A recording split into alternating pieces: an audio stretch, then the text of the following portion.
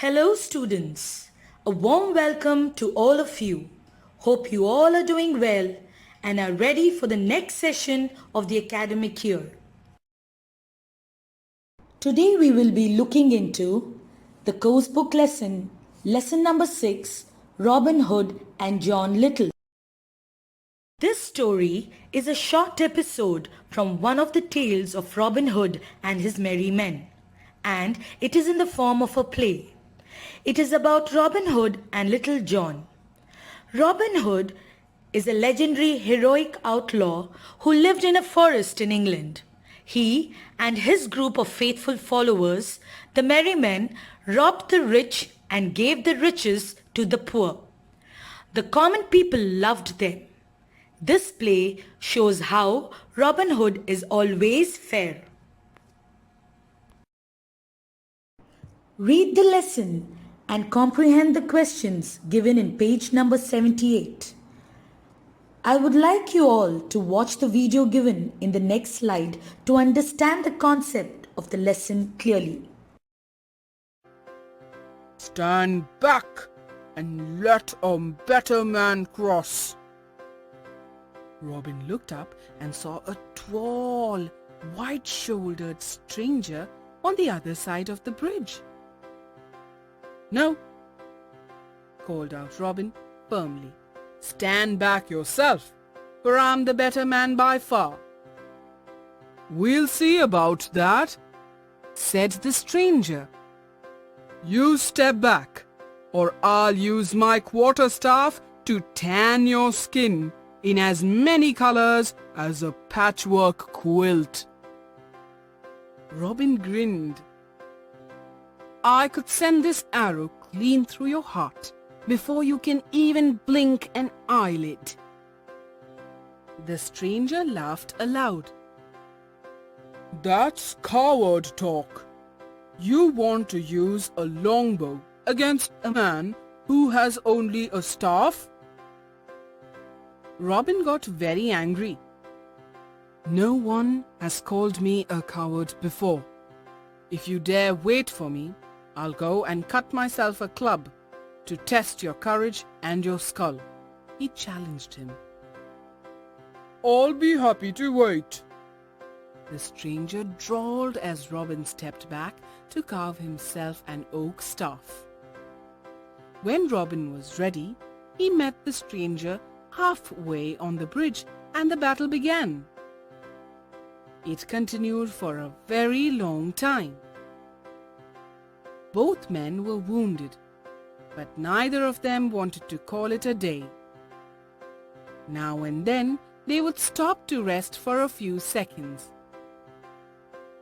Each man knew he had never faced such an excellent player of the painful game of quarterstaff. Finally, the stranger, who was much taller than Robin, almost 7 feet in height, succeeded in knocking Robin into the stream. "Come back," said the stranger. "I haven't finished with you yet." But Robin had conceded the battle. He asked the stranger to help him out of the water. "I admit you're a brave fellow, and very good with that staff of yours."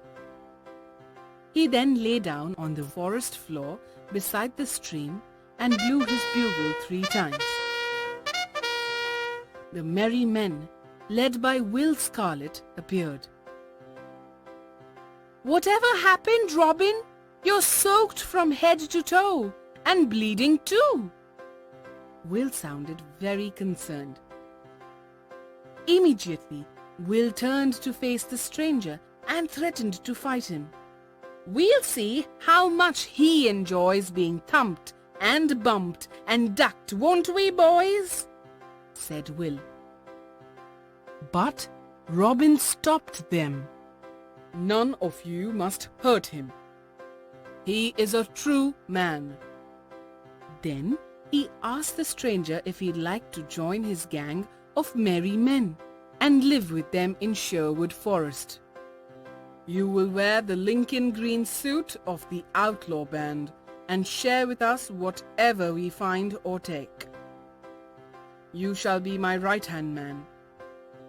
For I never saw a better man with a staff in all my life. Come on, be a part of us, won't you?"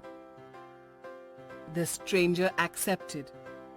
"You fought a brave fight, I must admit. I'll join your good company." I hope you all understood and enjoyed the video. By looking at the video and by reading the chapter, the moral that we learned from the story was we should help people whenever we can.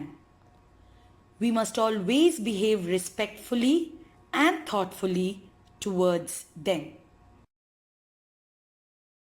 In today's lesson, the topics to be covered are tenses in grammar and homonyms in vocabulary.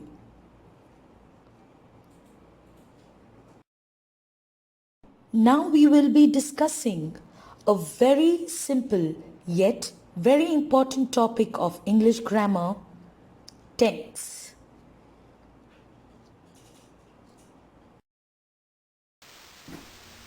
The word tense is derived from the Latin word tempus, which means time. What is a tense? A tense is the form in which a verb is used to express when an action is, was, or will be performed. Based on time frame, that is when the action is taking place, we can divide tense into three types: present tense, past tense, and future tense. Let us understand a little about present tense. When we use present tense, we talk about actions happening or we talk about universal facts. For example, Lindsay washes the dishes. Here, washes shows the regular activity of Lindsay washing dishes. Let's move on to another example. The sun rises in the west. Here, rises explains the universal fact of the sun rising from the west. When you hear the word past, what comes to your mind? We think of something that has already happened. That's what you need to remember about past tense. For example, Kara submitted her paragraph. Here, Kara has already finished submitting the paragraph. The action has already happened. Please note, to make most regular verbs past tense, add ed.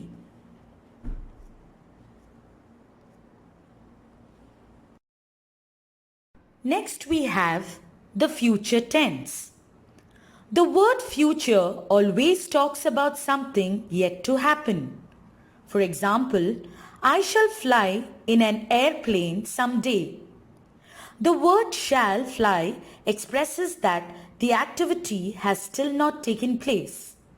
Please note, the helping verbs will and shall are usually used here.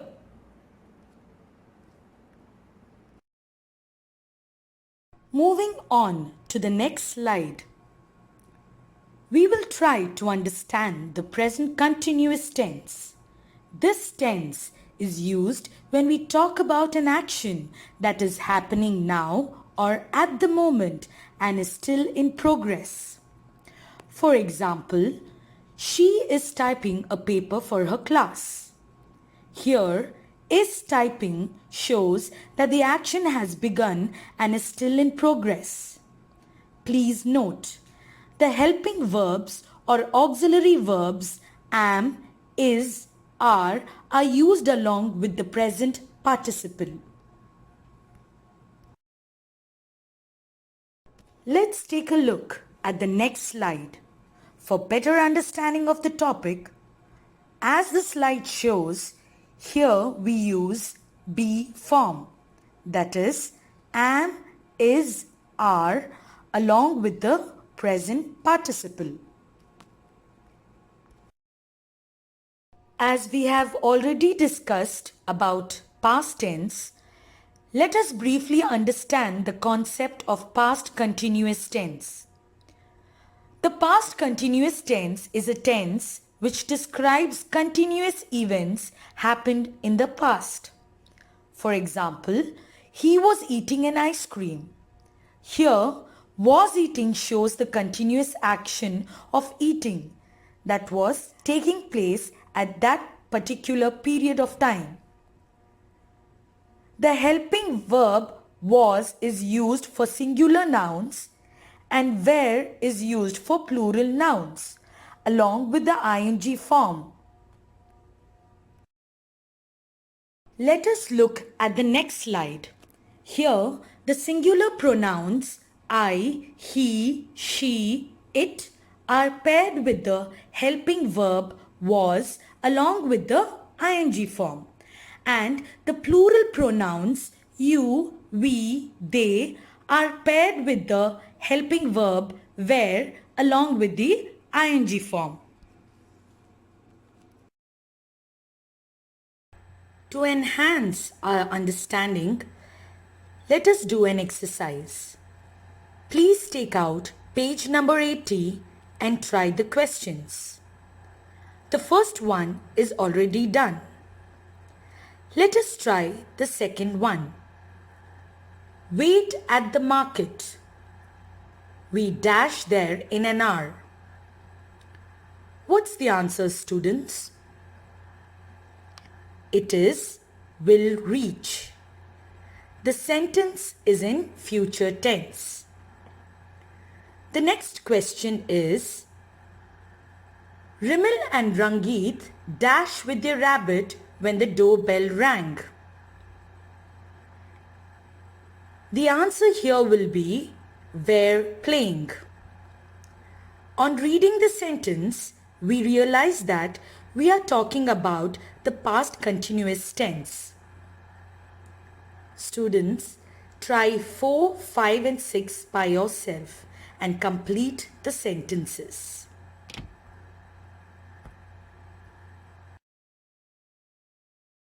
Moving on to the next exercise. Rewrite these sentences using the tense given in the brackets. The first one has been done for you. Let's start with the second one. We will meet the actors. The hint given in the bracket is to use the simple past tense. Will meet will get converted to met. So the answer is we met the actors. Let's try out one more question. Rajesh is driving the car very slowly. The hint given here is use the past continuous tense. Here, is driving is replaced by was driving. So, the answer is Rajesh was driving the car slowly. Question 4, 5 and 6 will be completed by you.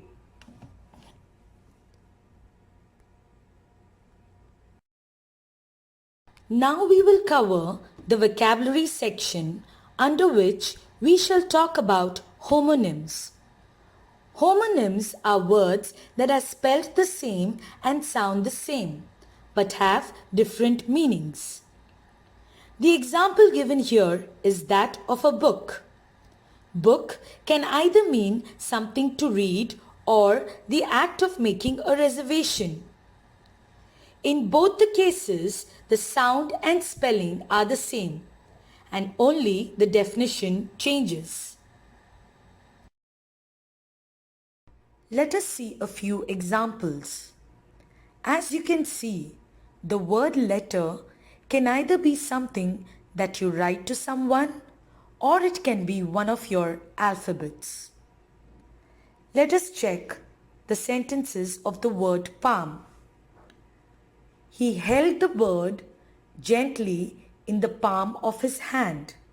Here the meaning of palm is the inner surface of a hand between the wrist and the fingers. Let's move on to the second sentence.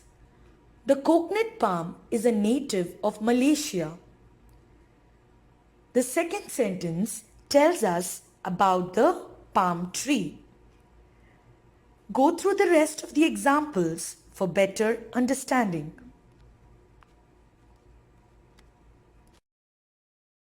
Let's move on to the exercise. Take a look at the exercise given in page number 82.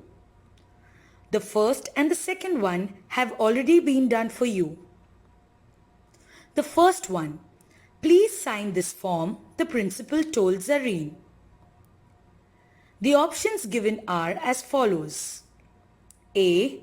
Write one's name. B. Mark or a symbol. Clearly, the first option is the right one. Similarly, in the second one, that is, Amol went to the railway station to book the tickets. The options given are as follows. A. Written work in printed form. B. To buy something in advance. The second option is the right one. Students, the rest of the questions will be completed by you.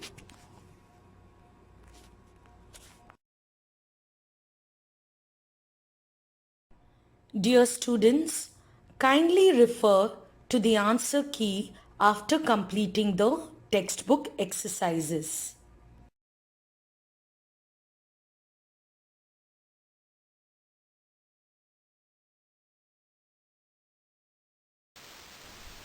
That brings us to the end of part 1.